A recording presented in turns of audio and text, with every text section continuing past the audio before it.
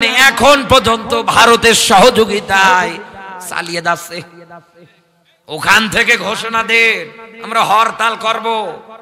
তুই কেমন মুজিবরের বাপের বেটি হয়ে থাকলে আয়, এই কথা বলে, তোর বুকে কত সাহস আছে দেখছি। শয়তানের বাচ্চা শয়তানেরা এই দেশটা নিয়ে ওরা একাধারে কত ধরনের এখন চেষ্টা চালাচ্ছে কেমন করে অস্থিতিশীল একটা পরিবেশ তৈরি করা যায়। আর এদেশের সিঙ্গারা খাওয়া কর্মীরা লাফাচ্ছে, নিজের বাড়িতে 3 বেলা ভালো মতো খেতে পারে না, আর তুমি ওদের নিয়ে স্ট্যাটাস দাও। শয়তান কোথাকার।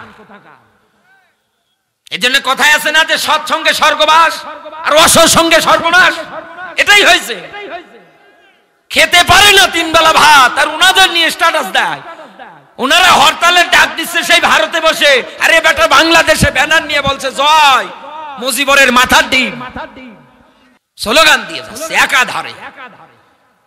শুনে রাখেন, আমি আপনাকে একটা জিনিস পরিষ্কার করে বলে রাখতেছি, এই দুনিয়ার ময়দানে এতদিন ধরে যে জালেমেরা মানুষদের উপরে একাধারে নির্যাতনের স্টিম রুলার গুলো চালিয়েছে, মানুষ যেন দেখতে না পারে, এই জন্য তারা ডাটা সার্ভিস গুলো পর্যন্ত বন্ধ করেছে।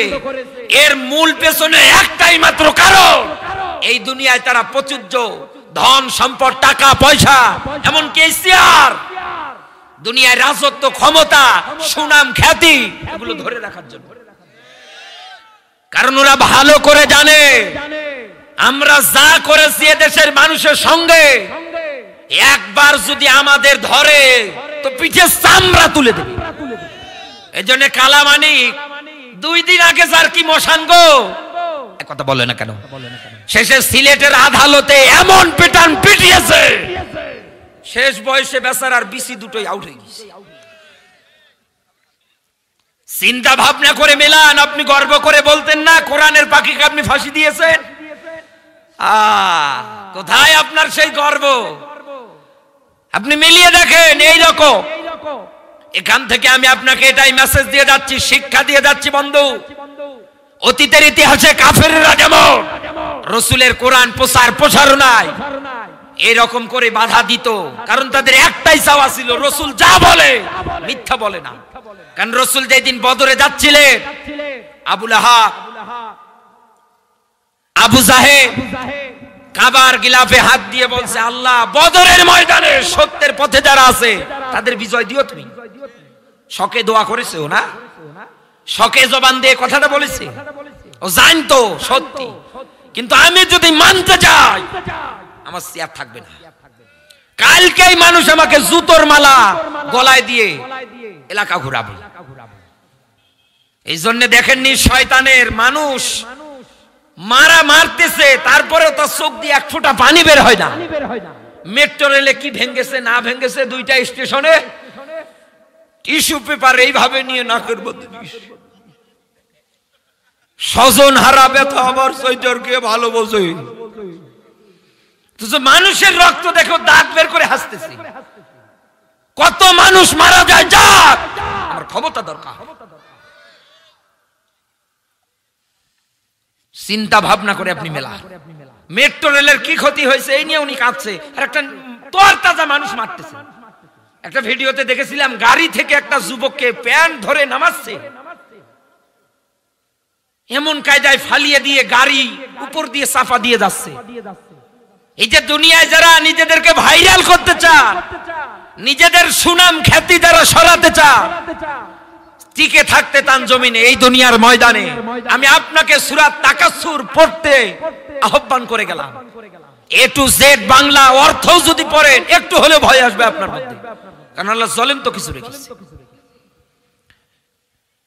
আমার বন্ধুরা, আমি আপনাকে বোঝাতে চাচ্ছিলাম কাফেররা যে গান বাজনার মাধ্যমে রাসূলের কোরআন প্রচারণায় বাধা দেওয়ার চেষ্টা করত, ওই গান বাজনা বাদ্যযন্ত্রগুলোই আজ মুসলমানের সন্তানেরা এই দুনিয়ার ময়দানে জীবনের মধ্যে নিয়েছে একেবারে পারিবারে। এমনকি এই জায়গার মধ্যে কত যুবক এবং কত দাড়িওয়ালা মানুষের মোবাইল গুলো চেক করে দেখেন, গান বাজনা বাদ্যযন্ত্র দিয়ে ভরা। সূরা লুকমানের 6 নম্বর আয়াত দেখবেন বাড়ি গিয়ে, আল্লাহ পাক বলেন অমিনান নাসি, নবী মানুষদের ভিতরে এমন একদল মানুষ আছে যারা দুনিয়ায় টাকা পয়সা গুলো অনর্থক গান বাজনা বাদ্যযন্ত্রের পিছনে খরচ করে, আর এই গান বাজনা বাদ্যযন্ত্র গুলো তাদেরকে আল্লাহর পথ থেকে দূরে সরে নিয়ে যায়। আল্লাহ বলেন ফাকাদ দাল্লা দালালাম বাইদা, আমি আল্লাহ যদি একবার কাউকে পথহারা করে দেই, পথ ভ্রষ্ট করে দেই, পৃথিবীর কে আছে তাদেরকে আর রাস্তা দেখাবে, পথ দেখাবে। পৃথিবীর ময়দানে রাস্তা দেখানোর মালিক একজন, তিনি কে?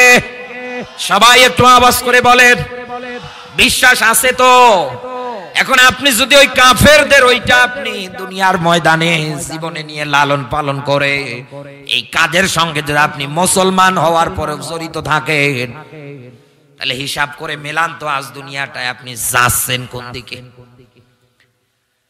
আমার বন্ধুরা, এই যে আয়াতের সরল ব্যাখ্যা থেকে আমি আপনাকে অনুবাদ থেকে এতগুলো কথা বোঝানোর জন্য, আপনার মাথায় ঢুকিয়ে দেওয়ার জন্য বললাম। এবার আয়াতের ব্যাখ্যায় গিয়ে দেখেন, মেইন মাস্টার মাইন্ড হিসাবে যিনি ভূমিকা রেখেছিলেন আয়াতের আলোকে, মুফাসসিরে ইকরাম যারা আছে ব্যাখ্যা করার ক্ষেত্রে যার নামটা সবচাইতে বেশি ব্যবহৃত হয়েছে, তিনি কিন্তু আবু জাহেল। এক কথা বলেন না, এবারটার নাম ছিল আবুল হাকাম। লোকজন ডাকতো ওকে আবু মানে পিতা, আর হাকাম মানে বুদ্ধির পিতা। শুধু ইসলাম আর কোরআনটা না মানার কারণে ওর নাম হয়ে গেল মূর্খের বাবা। একাধারে এই কথাগুলো ওর জবান দিয়ে বলতো। আমার প্রশ্ন এখন ঝিনাইদহের মানুষদের কাছে, আবু জাহেল কিন্তু মুসলমান না। আবু জাহেল কি মুসলমান? এই দুনিয়ার ময়দানে রসুল ওকে দাওয়াত দিয়েছিল, রসুলের দাওয়াত মানে নাই, গ্রহণও করে নাই, বলেছে সময় হোক, সময় হোক, আমি একা না, তোমার চাচি সহকারে দরকার পড়লে ইসলাম মেনে নেব, ঈমান আনবো তোমার হাতে হাত রেখে। অথচ এই দুনিয়ার ময়দানে তলে তলে ইসলামের সবচাইতে বেশি ক্ষতি করার চেষ্টা করেছে এই লোকটা। রসুলকে মারার পর্যন্ত প্ল্যান চালিয়েছিল। এই জন্য আয়াতের মধ্যে টপ টু টপ মূল মাস্টার মাইন্ড হিসাবে আবু জাহেলকে উঠিয়ে ধরা হয়েছে, কারণ বাধা দেওয়ার ক্ষেত্রে সবচাইতে ভূমিকা রেখেছিল এ। এখন আমার বিবেক দিয়ে এটাই আপনাকে সুন্দরভাবে বোঝানো দায়িত্ব, কর্তব্য, আবু জাহেল কিন্তু আমাদের মতো মুসলমান না। যারাই আবু জাহেল নাম শোনে তারাই বলে আবু জাহেল কাফের। আর এটার সঙ্গে আমি একমত, 100 যে কাফের। এখনো না বোঝার কারণে মনে করেন, সাপোজ এক্সাম্পল দিয়ে আমি আপনাকে বিষয়টা বোঝাবো। সাপোজ ধরেন ও না বোঝার কারণে রসুলের ওই সময় দাওয়াতি কাজে বাধা দিয়েছে, এমনকি রসুলকে মারার জন্য পর্যন্ত প্ল্যান পরিকল্পনা একাধারে চালিয়েছে। ও যদি কোন হয় কাফের, এই জন্য এটা চালিয়েছে। কিন্তু আমার বাংলাদেশে আমি যেটা তাকিয়ে দেখলাম, এই 16-17 বছরে যাদের রাজনীতি করে গেল এই দেশটায়, মাইক পেলেই যারা বলতো এই দেশ আমার বাবার, মাইক পেলেই যারা বলতো এই দেশ আমার বাপ দাদার, তারা এই দেশের জন্য জীবন দিয়েছে, এ মাটি আমার, এ বাংলা আমার। অথচ ওনার বাপ দাদা যা আছে যুদ্ধ না করে মুক্তিযোদ্ধা খেতাব পায়। তার মানে এই দেশের জন্য শুধু ওরাই কাজ করেছে। আপনার আমার পূর্বপুরুষ বাপ দাদারা বাড়িতে সবার একটা করে ঘোড়া ছিল, ওই ঘোড়ার ঘাস কাটার জন্য নদীর ধারে গিয়েছিল, সব ওরাই করেছে। আপনারা যদি এতই করে থাকেন, দেশপ্রেম এটা অন্তরে অর্জন করা যে ইমানের অঙ্গ, ইমানের 70টা অধিক শাখা পোশাখা আছে, কথা বলেন। দেশপ্রেম একটা ইমানের অংশ। আপনি কেমন দেশপ্রেমী মানুষ এখন এটা হারে হারে টের পাচ্ছে, কারণ আপনি ভারতে যাওয়ার পর পরে শয়তান এই নরেন্দ্র মোদীর সঙ্গে হাত মিলিয়ে এখন আপনি চাপাই নবাবগঞ্জের সীমান্ত বর্ডারে যা শুরু করেছেন তা তো মেনে নেওয়ার মতো না।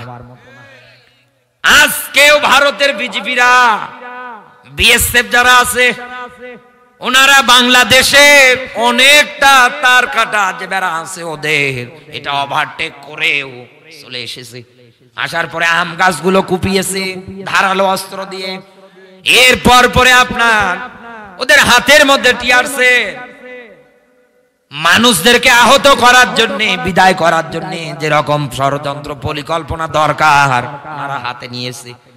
এই যে নিউজে দেখেন আপনাদের যশোরের ছেলেরা মশাল হাতি নিয়ে রাতের বেলা মিছিল করেছে যশোরে।